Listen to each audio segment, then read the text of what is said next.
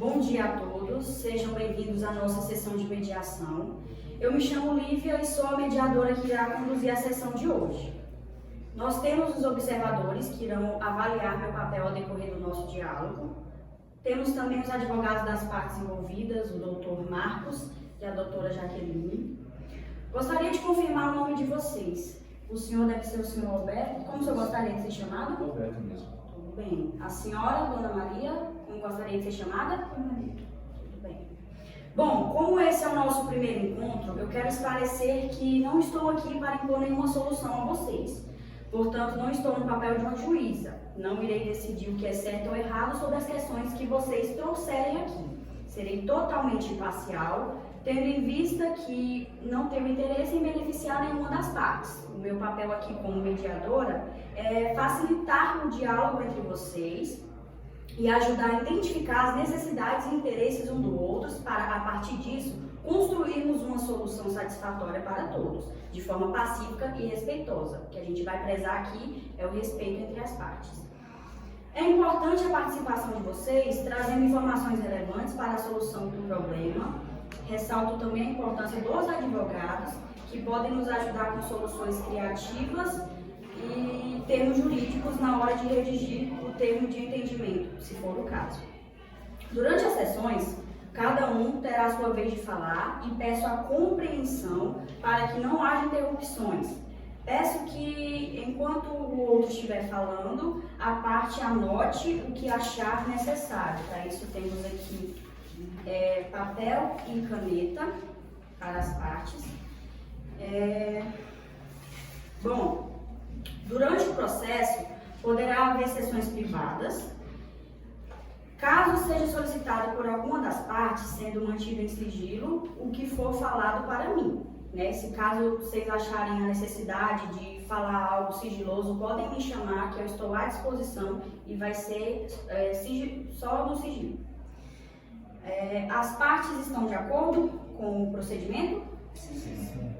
Tudo bem. Algum questionamento a fazer? Não. Bom, como a senhora Maria solicitou a demanda, nós iniciaremos a fala com ela. Ressalto que o senhor Alberto poderá também ter o seu tempo de fala e falar o que bem entender. Senhora Maria, eu gostaria que a senhora narrasse os fatos que lhe trouxe até aqui. Certo. Bom dia. Bom dia. Bom, eu conheci Alberto há 8 anos, estamos juntos há 7. E nesse período adquirimos muitas coisas, porque quando nos casamos eu ganhei termo de residência e ele estava terminando a faculdade. Bom, o motivo do divórcio é que eu descobri recentemente que a ausência dele foi justificada, porque ele nunca estava em casa, não queria conversar, não queria jantar, e como não temos filhos, isso me afetou muito. Descobri que ele tem um amante, e a pessoa tem um filho, e essa pessoa mora na minha casa. Uma casa que, quando a gente se casou, eu tinha um terreno que o meu pai me deu de presente. E depois que nos casamos, conseguimos alguma coisa, um dinheirinho, e construímos uma casa muito boa, uma casa enorme, em Fortaleza, uma casa beira-mar.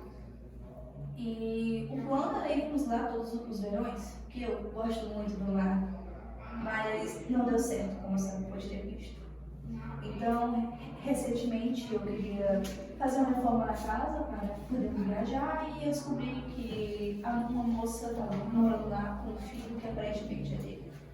Então, eu entrei de divórcio e o que puder levantar dele, eu quero. Senhor Alberto, eu gostaria que agora o senhor narrasse a sua versão dos fatos. Bom dia. A parte contada pela Maria ocorreu em partes, porém, na minha visão do que aconteceu, no começo estava uma maravilha, porém houve um desgaste, eu não sei o que houve, a minha visão se sentia mais, não me dava tanta atenção assim, eu não me sentia atendido emocionalmente. Acabei conhecendo outra pessoa, tipo assim, um filho com essa outra pessoa. Você fala isso feliz, né? Tipo um filho com a Senhora mãe. Maria, eu gostaria que a senhora deixasse um momento de fala. Desculpa, porque é difícil para mim. Eu entendo da parte dele. Eu entendo a sua emoção, mas para a nossa sessão ser justa, eu preciso que a fala dele não seja interrompida. Certo. Pode continuar. Porque essa outra pessoa não ganhava tão bem, não ganha também. Ela teve que sair do emprego dela, quando era gravidez, não era patrocinada no concurso. Então, ofereci a casa de praia nossa para ela morar. Não ia deixar uma pessoa pegando meu filho desabrigado. Essa casa de praia, o terreno era assim da Maria, porém, na época que a gente construiu, eu já estava ganhando bem. E grande parte do investimento nela, na construção, foi minha. De resto. Continua, meu querido, por gentileza. Denúncia interrompida. De resto é isso, a relação já está desgastada, não vejo por que continuar. E estamos ficando em um acordo. Senhora Maria, apresente a proposta que a senhora tem para a resolução do conflito aqui. Bom, se você não via por que continuar com o relacionamento com o outro, por que você não pediu divórcio? Eu teria entendido. Por hora, eu cumprimento a todos aqui nessa mesa e acho importante que a gente mantenha a calma e não se exceda diante das duas partes, até porque trata-se de um assunto delicado, inclusive que está em jogo aí a vida de outra pessoa, a vida de um menor, então acho importante que a gente se resguarde e respalde em relação a isso. Quanto aos imóveis, o terreno que a minha cliente tinha era um terreno litorâneo que ela adquiriu antes do casamento. E na constância do casamento eles fizeram a construção de uma casa litorânea que até então era um dos sonhos do projeto de vida dela. O senhor Alberto, ele teve sim grande parte na construção da casa, mas eu não acho, em conversa com a senhora Maria, eu não acho nada mais justo, com base nos respaldos legais, que essa casa seja uma forma indenizatória para minha cliente, tendo em vista os danos morais que ela sofreu. Que é bom ressaltar aqui os danos morais que estão previstos no artigo 186 do Código Civil, que cita que toda aquela omissão ou negligência que afeta ou causa dano a outrem. E eu acho legal a gente ressaltar que foram causados danos psicológicos, tendo em vista o lapso temporal que foi o casamento, certo? Foi um casamento de desgaste. Nos últimos anos teve essa descoberta de uma terceira pessoa, de uma relação extraconjugal, inclusive que adquiriu um filho. Então, para a minha cliente é extremamente desgastante. E não somente para o convívio interno dela, quanto também para o convívio social, em relação às perguntas, que querendo ou não tiveram um vínculo matrimonial, as pessoas perguntavam, as pessoas questionavam, e ela sempre teve que lidar com essa situação. Então, o casal, eles tinham ali a casa em que residiam, em condomínio. O casal tinha 7 pets, tinham 2 automóveis dos mesmos valores, cada um de um, tinham a casa litorânea, e eu acho nada mais justo do que posso apresentar essa proposta ao meu colega de trabalho, que a minha cliente fique em um dos apartamentos, né? A casa em que ela reside, a casa litorânea, 4 pets e um carro, sendo o carro em que ela já tem. A parte envolvida do senhor Alberto está de acordo com a proposta da advogada da senhora Maria?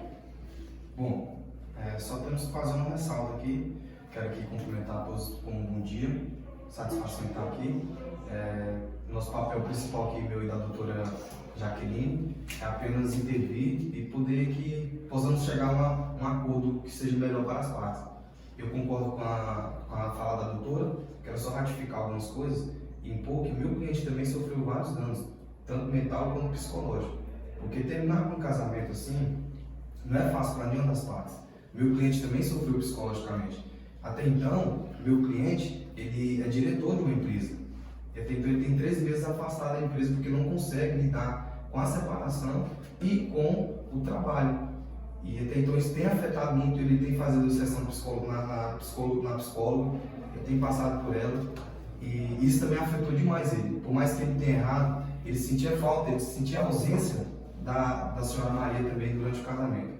Mas isso não vem às partes, a gente está aqui para intervir e conversando com o meu cliente, a gente aceita o acordo da dona Maria, juntamente com a sua advogada, a doutora Jaqueline, porque a gente vê que o terreno na casa litorânea, na casa de praia, um terreno que onde tem um valor muito sentimental para ela, foi o pai dela que deu para ela, e entrando em conversa com o meu cliente, ele concordou em a gente ceder essa casa lá para ela. Então, o acordo que foi feito pela doutora, a gente está de acordo a aceitar aí, tá?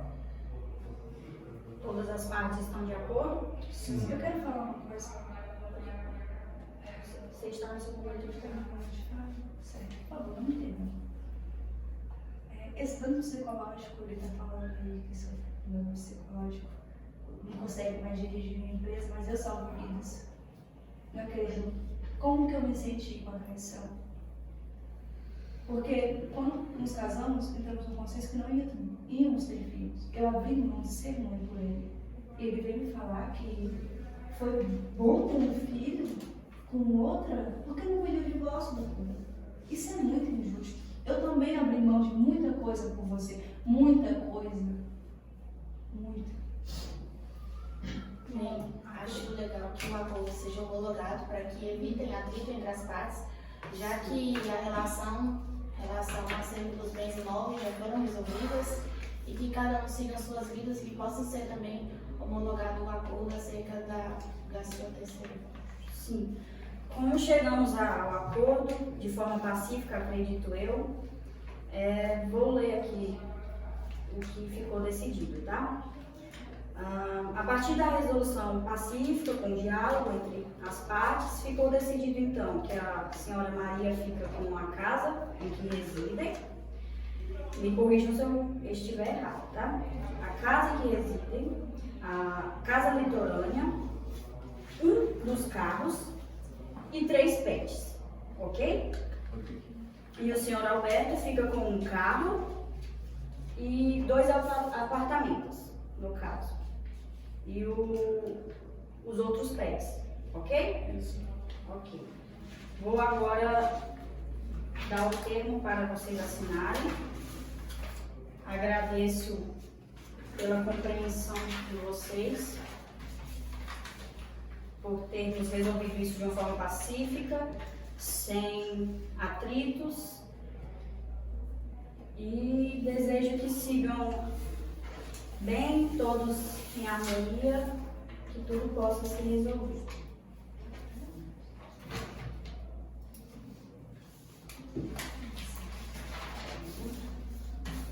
E é isso, tenham um bom dia. Obrigado.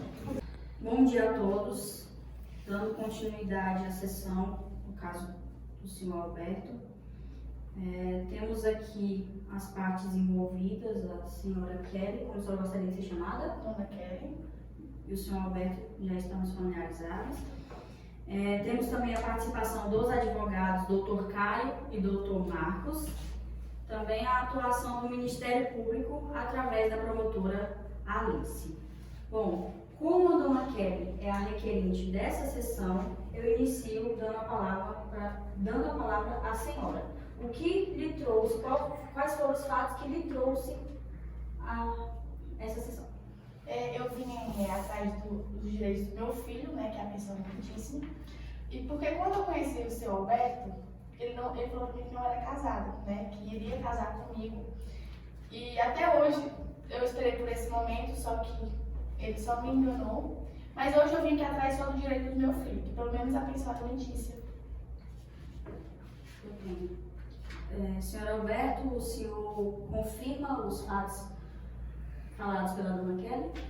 Confirmo, como eu disse na sessão anterior, por questões emocionais, não me senti atendido emocionalmente e por isso não queria perder a chance de conhecer uma pessoa que se demonstrava uma pessoa incrível, que é a dona Kelly.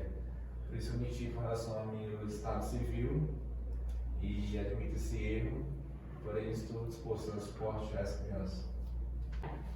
Passo a palavra para a promotora, que está representando o Ministério Público, sobre os direitos da criança. Bom dia. Estamos aqui nessa sessão como representantes do Ministério Público, buscando assegurar o direito do incapaz, o qual é assegurado no Estatuto da Criança e do Adolescente, na Lei 8.069 de 1990, que garante o direito do incapaz como a saúde, a vida, a educação e a alimentação.